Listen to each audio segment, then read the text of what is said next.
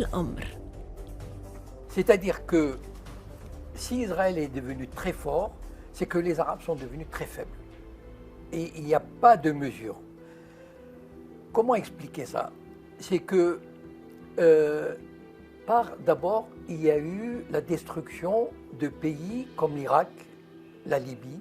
C'est un signe qu'on a envoyé aux Arabes, aux dirigeants arabes. On leur a dit, voilà, si vous voulez faire une politique nationaliste, indépendante, d'instruction, de liberté pour les femmes, d'administration du pays, etc., si vous refusez la tutelle de vous soumettre à l'Occident, voilà ce qui va vous arriver. Et vous savez, les prétextes, on peut toujours trouver un prétexte pour détruire un pays.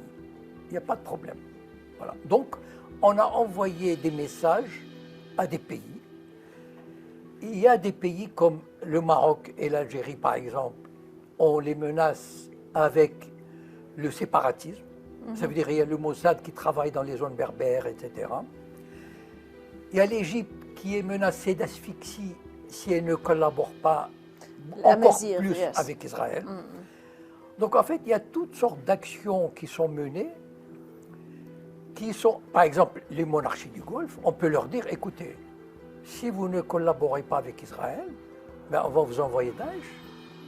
Vous tenez à votre trône, vous tenez à vos privilèges, vous tenez aux richesses accumulées à New York, à Genève, à Paris. Collaborez. Sinon, on vous confisque vos biens et on vous envoie Daesh. Donc en fait, ils sont dans une position de faiblesse. Pourquoi? Parce que la plupart des gouvernements arabes, la plupart, ou presque tous, sont des castes qui n'ont aucune légitimité. C'est-à-dire, ce sont des groupes qui ont pris le pouvoir et qui se maintiennent au pouvoir avec des tas de privilèges. Tous les gouvernements arabes aujourd'hui, qui sont des castes, ont tout à perdre de résister. Et on a montré aux pays arabes que résister, faites attention, résister peut vous coûter cher, peut vous coûter la peau, peut vous coûter vos fortunes, vos trônes.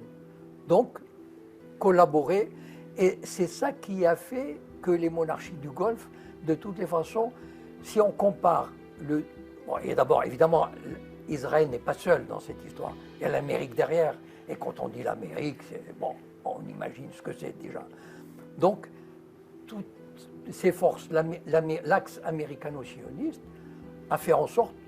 Et évidemment, ces monarchies arabes ont des pudeurs.